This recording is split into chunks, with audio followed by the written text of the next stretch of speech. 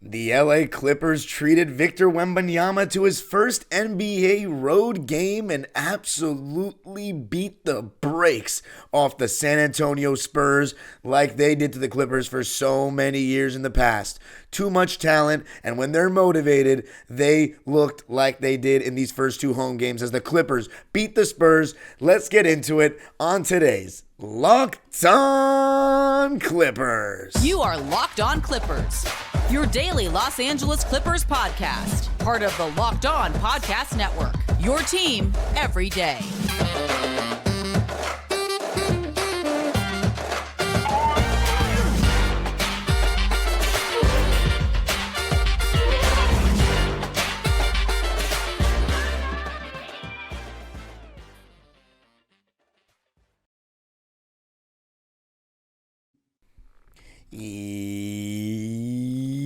Yes, sir. You are locking in with the now undefeated at home LA Clippers. Thank you for making Locked On Clippers the first listen of your day, your team every day. I'm your host, Darian Vaziri, born and raised in LA and happily in my 19th season as a Clipper fan. You can also follow me on Twitter and Instagram at DimeDropperPod and subscribe to my own YouTube channel, Dime Dropper, where you will get a video of my experience at what was a commanding beatdown of the San Antonio Spurs to respond to the nail-biting, heartbreaking loss to the Utah Jazz on Friday night. Before we get started, this episode is brought to you by Prize Picks. Prize Picks is the best daily fantasy entry app around. Make all your entries and picks on Prize Picks. Now, let's talk about the way the Clippers played on Sunday night. I said in the last episode after the Utah game that the defensive intensity, I always use those words. Those are my favorite words. You've probably noticed by now that I've been the host for a little over a year. Those are the two things I always look at when I'm focusing on a team to start a game. And I thought it was a little bit worse in game two to begin. Just not as sharp of communication. I called out Westbrook and mainly Paul George for being a little lazy in that first 6-7 minute stretch of the first quarter defensively. Ball watching, not giving second efforts. But in this game, Sunday night, it was exactly like the Blazers game, if not even better. They came out with so much ball pressure, active hands, gambling a little bit too much for my liking against a better team, but I think that was part of the game plan, was to gamble. Some of these guys are going to miss open shots. I've watched both of the Spurs' first two games, and they have not shot well from the outside. Jeremy Sohan, good player, but you can go underneath screens on him, and the Clippers were doing that.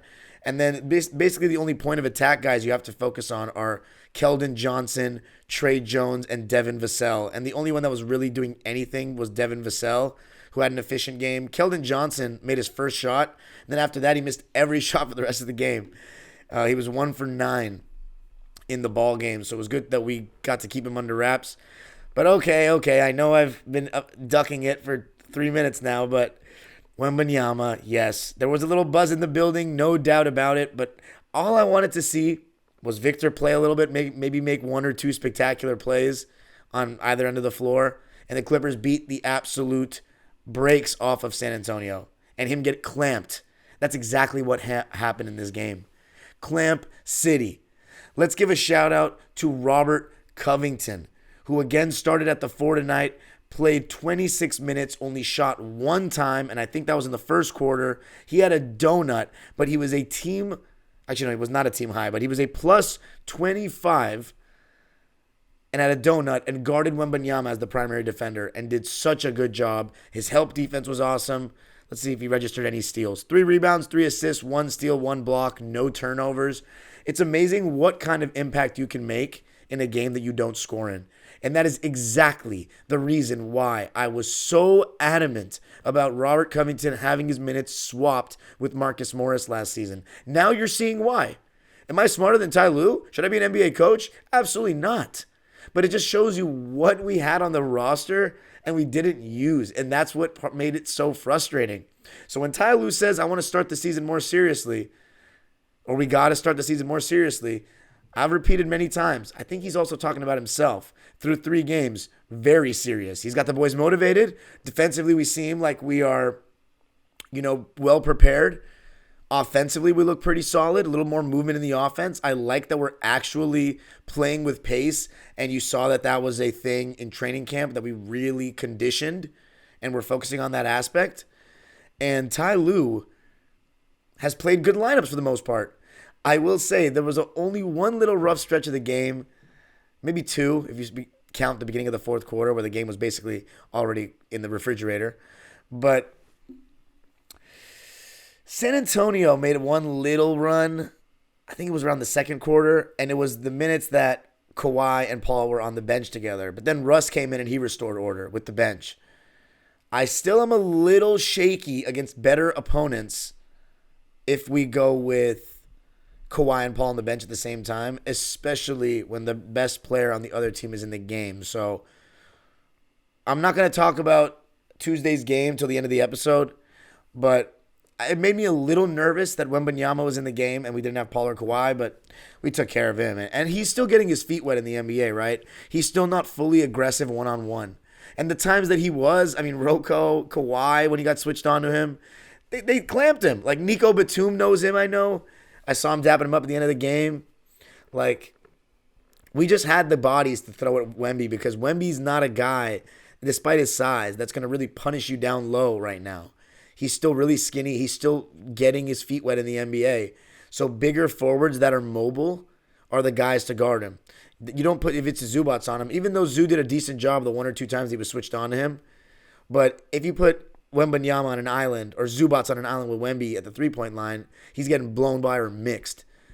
Having a guy like Nico, Rocco, Kawhi, or Paul, ideally those are the guys that you want because he might shoot over you, right? You can't block his shot, but you'll take a contested jumper from a 7'4" guy at the end of the day. So the Clippers were just so active. Paul George, he has said that he wants to be on his bully stuff or that he's going to be on it. Well, 3 games in, absolute bully. His defense was unbelievable in this game. 5 steals in the first quarter. And let me just say this. When I'm at these games, these are the moments when you really got to take a second and appreciate that Paul George and Kawhi are healthy right now, playing in front of a sold-out Clipper crowd to start a season. And these guys were superstars before they became Clippers. They chose to come here. And now you're really feeling it. The first year I was in college, so I didn't get to go to any live games like that except for in winter break. And guess who didn't play? Paul George was injured. Second year, no fans till very end of the season. And Kawhi tore his ACL within, a couple of games. And then 2022, that's where I got to really get used to having Paul George and seeing him live. No Kawhi. And then last season, I started getting a little more used to seeing Kawhi. And then it was just kind of ripped away in the playoffs. But it just wasn't frequent enough, right? We still haven't seen Kawhi Leonard in front of a sold-out Clipper playoff crowd. But let me just say, this season, the start of it has felt different with these two. And I'm really starting to enjoy seeing them play live. And coming up, while on the subject, if we're going to go so into 2-on-3 and I'm going to give them their flowers, let's get into it. Coming up.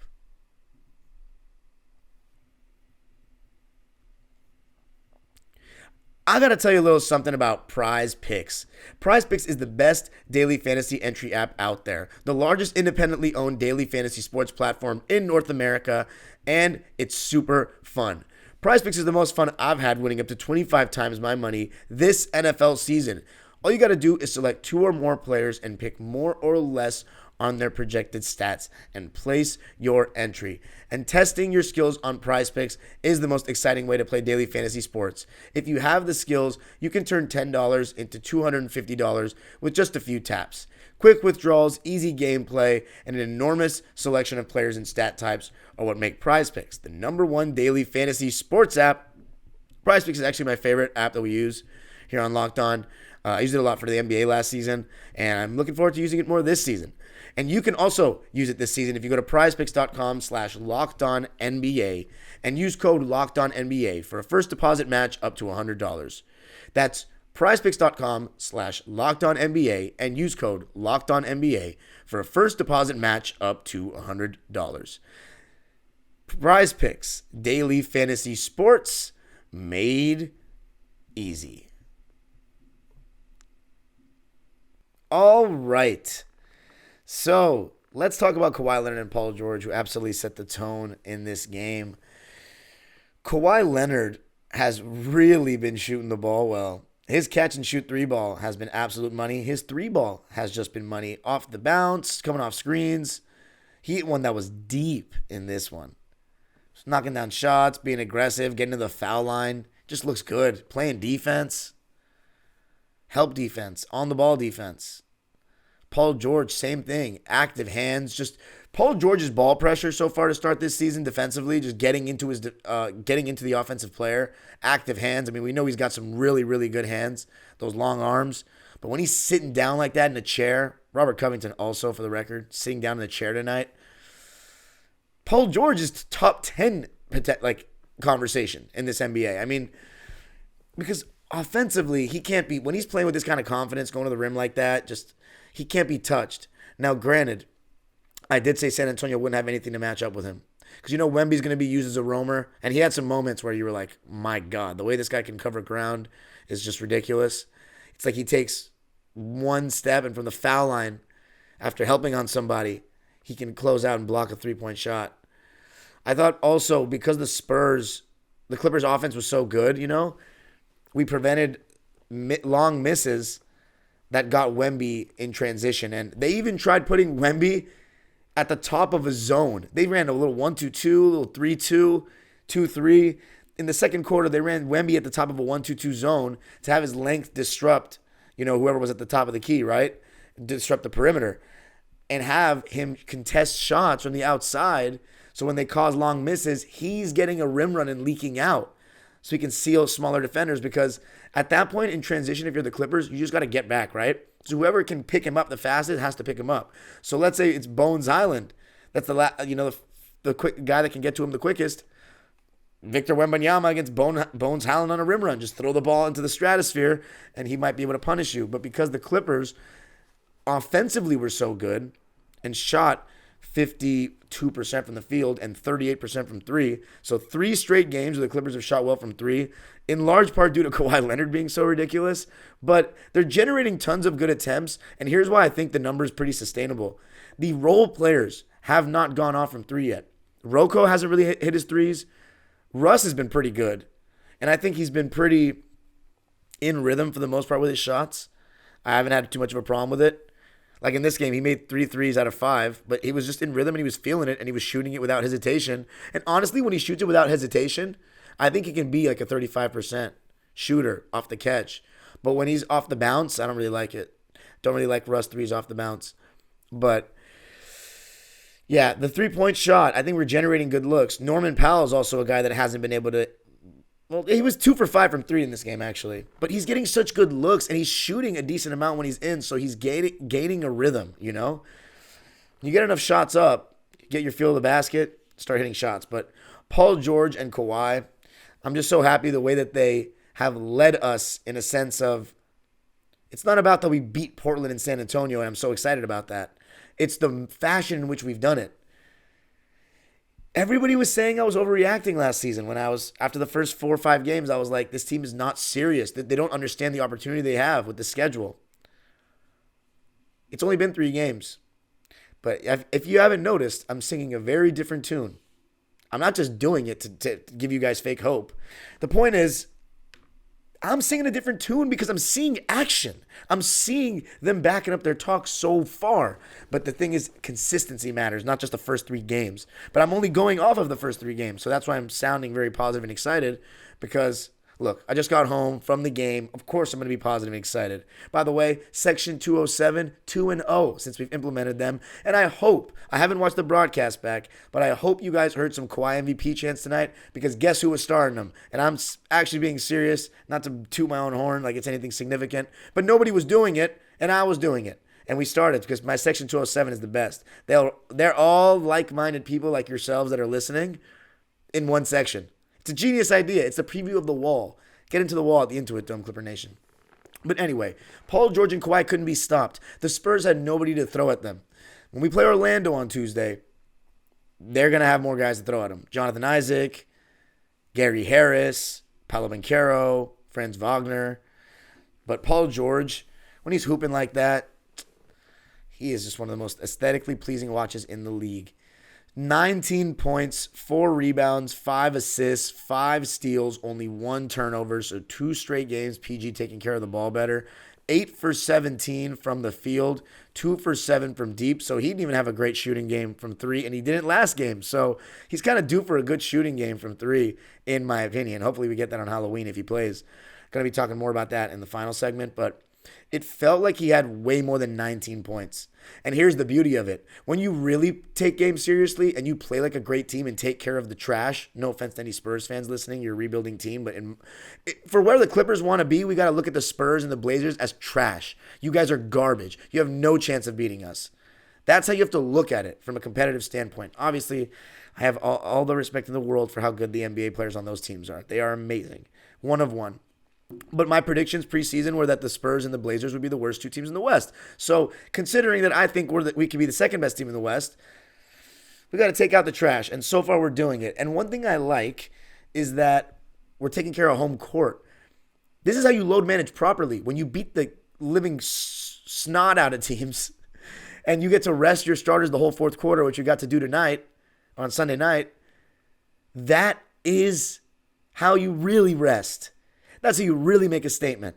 I love that this season, the first 2 games, the other team's waving the white flag, and we get to rest our starters in the fourth, as opposed to last season when we saw poor Jason Preston on the court so frequently, it was because we were getting absolutely smacked, and Ty Lue was waving the white flag. Waving the white flag with 5 or 6 minutes to go in games when you have Kawhi and Paul George on your team.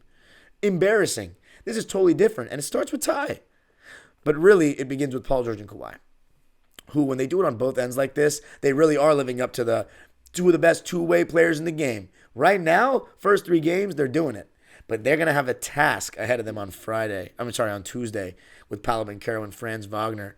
But Kawhi Leonard, he really heated up as the game went on. He was our leading scorer on Sunday night. God. 21 points, 3 rebounds, 4 assists, 2 steals, 3 turnovers for him, which, he'd like to keep that number down. Clippers, by the way, 16 turnovers as a team. If I had to point to any negative, I would say you can do a better job taking care of the ball than that. Thankfully, it wasn't costly, and I don't know how many of them were in what quarter. But by the way, we gave no quarter finally. Did not lose a quarter. 23-17 after 1, 33-20 in the second, 37-23 in the third. I love that we came out in the third quarter and gave them absolutely no chance. Because at halftime, what's amazing about this season is every time I go talk to the fans at halftime, last season it felt like I was always like, we're losing by so much. How can we get back in the game? What do you think we got to do differently? Whereas so far this season, these first 2 games, I'm going up to fans and saying, man, everyone's in good spirits. Who's been the player of the game for you so far for us? Any chance we lose this game? And it's been resounding no's across the board in both games. And I love how the team has made all those fans look good, because when they're playing with that sort of intensity defensively, and I think we gambled a lot defensively. We gambled a lot for sure.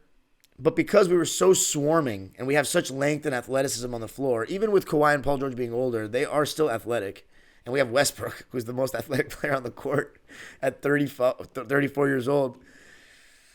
I mean, when the activity is that high, you're closing out, you have the length, the good hands. I mean, you got Kawhi Leonard, Paul George, and Covington. Between those 3, you're getting a lot of steals and deflections. And then Westbrook, he's a disruptor. He rebounds. It causes what has been faster-paced basketball for the Clippers, and that goes into training camp, them talking about conditioning and wanting to push the pace because of Westbrook, because of Bones, because of Mason Plumlee. And so far, you're really seeing a concerted effort to do that, and you got to give Paul George and Kawhi credit, because they're the ones that everyone's saying we're slowing it down for, want to play more half-court for them, mainly. Zubats as well, who, by the way, returned to being the Ivica Zubats that we know and love. Was good in the paint, confident, going up strong, defending pretty well. And honestly, our point of attack guys did so well that Zubats didn't even have to do much. He didn't have to even come up that high on the screens to contest anything. Rocco did well. And granted, you're going to play against Wemby. It's not going to be as much of a pick-and-roll ball handling kind of night defensively. It was more about Wemby, Zach Collins. Everybody set up to the task pretty well. I just remember I kept looking at the Jumbotron, and I'm like, these guys are not scoring. Like, they're just not scoring. 37 points at halftime. It was 56 to 37. We'll take that all day. Kawhi Leonard, 21 points, 3 boards, 4 assists, 2 steals, 6 for 13 from the field, 3 for 7 from deep, and 6 for 7 from the line. I hope my MVP chance came through on TV. I was going to say I haven't watched the game yet, but that was me starting them. So for anyone that says I don't like Kawhi and all that, just because I'm not a fan of the Kawhi stans and because I don't think that he's done a ton for the organization yet, hopefully he does, have a great, healthy playoffs. He's still one of my favorite Clippers. I'm losing my voice at these games. Like, my head is actually hurting. Like, I need to drink more water at these games because standing up the whole game with 207, and I mean, nobody was chanting MVP for bro. If he's healthy, I mean, right now he's on the court, right? Everyone's saying, he's not going to play the 65 games. Absolutely fair criticism. But hey, so far so good. So far, so good. I'm pushing that agenda. They're resting the whole fourth quarter. Kawhi's a plus 24. Paul George is a plus 24. But coming up, going to talk about the other guys. Russell Westbrook, Zubats, Plumlee, Busy. Talking about them and previewing the Tuesday game against Orlando, which will no doubt be our toughest test yet.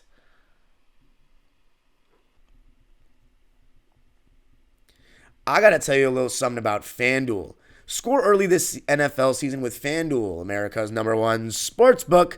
Right now, new customers get $150 in bonus bets with any winning $5 moneyline bet. That's $150 if your team wins. If you've been thinking about joining FanDuel, there's no better time to get in on the action. You got the NBA season that has just kicked off. You got soccer in full swing. You got the NFL in full swing. You got the World Series just started. It's a great time. NHL as well. Such a good time to make some bets on FanDuel. The app is so easy to use. There's a wide range of betting options, including spreads, player props, over-unders, and more. So visit FanDuel.com/lockedon and kick off the NFL season. FanDuel, official partner of the NFL. All right. So let's talk about the crew, the rest of the crew.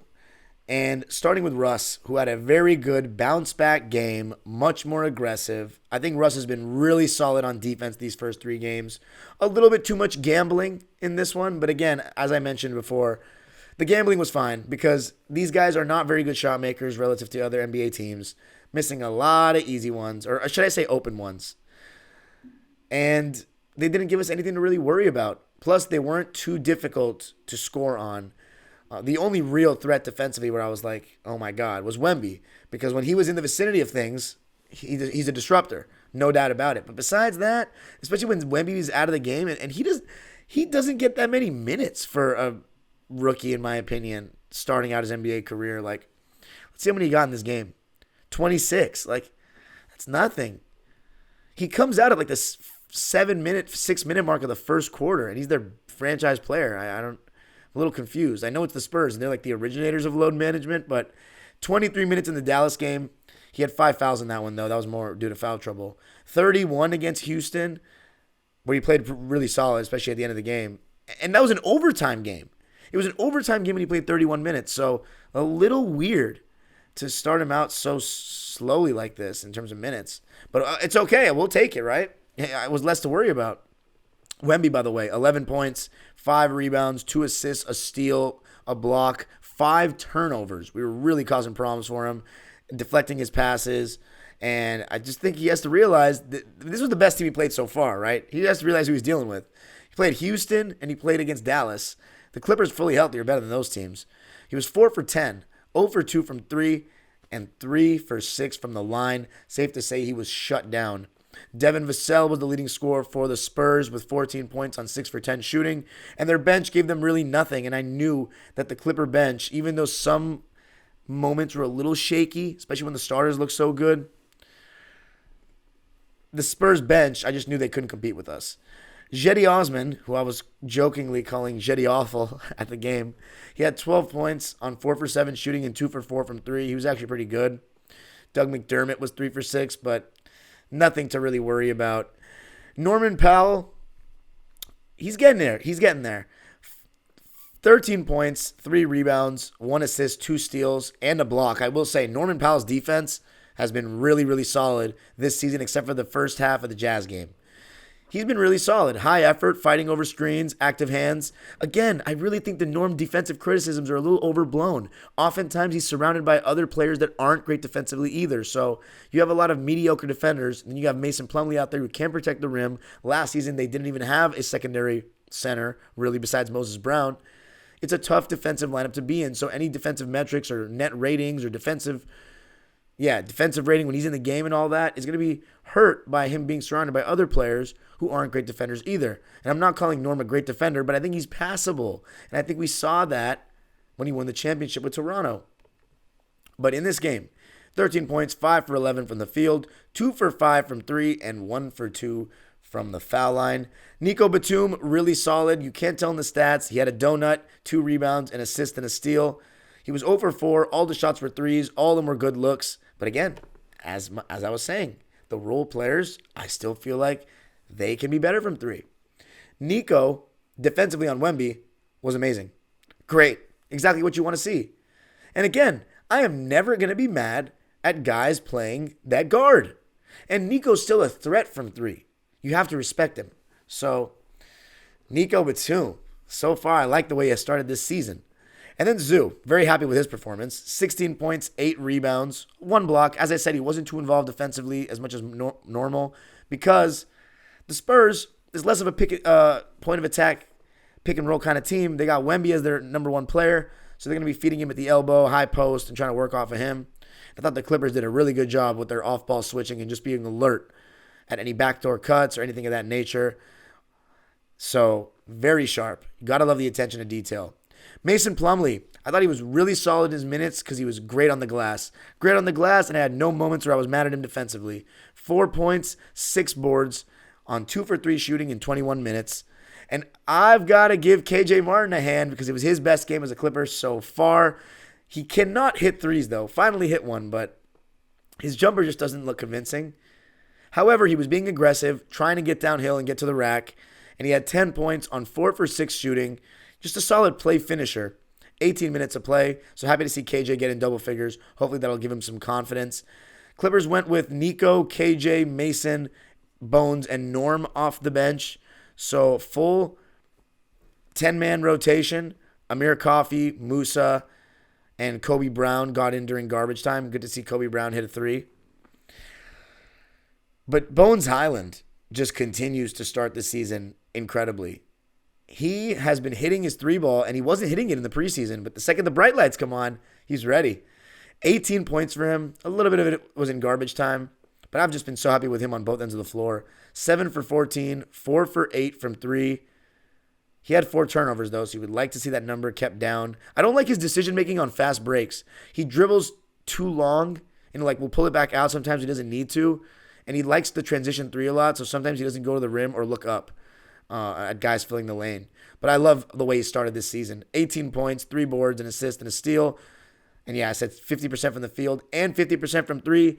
Efficient, plus 10 in his minutes. Just an all-around amazing performance by the Clips, taking care of business. But again, it's just the Spurs, and it's just Game 3. 2-1. Clippers have been 2-1 in every season that Kawhi Leonard has played for them.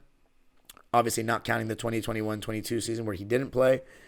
So let's see if we can go 3-1, and we should. Even though Orlando's 2-0, they haven't played much good competition either. At Portland, they won by 5. Then they beat Houston by 30, which was impressive. But Houston, their first game, completely new team. I wouldn't say that makes me scared. But Orlando will be our toughest test thus far. They've got their own forward combination that's fantastic. Paolo Banchero and Franz Wagner, who I wonder how they're going to match up against the Clippers. Markelle Fultz and Jalen Suggs are 2 big-body point guards who, from what I've seen so far this season in the extended highlights, defending. Absolutely defending. And Cole Anthony is off to a really good start to the season off the bench. But the Clippers should still win because we're the better team and we have the two best players on the court. Straight up. And we're deeper. And we're at home. And that's one thing I want to say. Let's try to make Staples Center a fortress this year in our last season. 207 is in place. We're 2-0 now. And I can't remember the last time we won our first two home games. I think it was 2020. 2021 we didn't. We lost our home opener. 2022 we also lost our home opener. And last year we lost our home opener. So we haven't been 2-0 since the 2020 season at home. Let's see if we can go 3-0. And you know what? Even if we don't get that 4-0 start, I'll take 3-1. I think it's going to be an interesting game for Zoo because Wendell Carter is now a pick and pop big. He's added that to his game, and Zoo has tended to struggle against pick and pop bigs. But hopefully with a guy like Rocco and then Russ, Paul George, our rotations are going to be sharper. So even if Zoo's in drop coverage, somebody can rotate over to Wendell Carter and we can get them moving the ball and scrambling, and we've been really good at that this season. We just get a lot of steals. And by the way, thank God I remember this. The San Antonio Spurs turned the ball over 25 times in this game. 25. You love that. You love to see that. 34 Clipper points off those turnovers. We held the Spurs to 37.5% shooting and 33% from three, while we shot 52% from the field and 38% from three. Free throws, I'm not a huge fan of right now for the Clippers. 62% in this game, 13 for 21, so they got to be better there. We also won the rebounding battle, which you'd expect when the team makes a lot more shots than the other team. 48-37 in favor of the Clips. And yeah, the points off turnovers is my favorite stat there. 34 points off turnovers. And they led by as many as 41. The Clippers 40-piece the Spurs. 123-83. But look, going to be a tough game against the Magic. The good news is Orlando plays the Lakers on Monday, so we get them on the second night of a back-to-back. However, we have to play a back-to-back on Tuesday and Wednesday against the Magic and the Lakers. So these three teams mixing it up this week. Going to be talking about whether or not the Clippers are going to load manage Kawhi or Paul and all that. Looking forward to the game. Going to be talking about that on the Tuesday show. Until then, 2-1. Enjoy the night or enjoy your day, Clipper Nation, after a win. Clippers win at 123-83. You can follow me on Twitter and Instagram at DimeDropperPod. Subscribe to my own YouTube channel, Dime Dropper, for even more Clipper content. A video of my experience at this game will be on my YouTube channel on Monday morning. And then, Locked On Clippers, free and available wherever you get your podcasts. Make sure that you subscribe on YouTube, hit the notification bell, and let me know what you thought of the game. The age-old proverb continues, go Clippers. And big shout out to all my listeners around the world. I get a lot of you from different countries, continents that message me. Shout out to all you guys. Peace. The age-old proverb continues, go Clippers.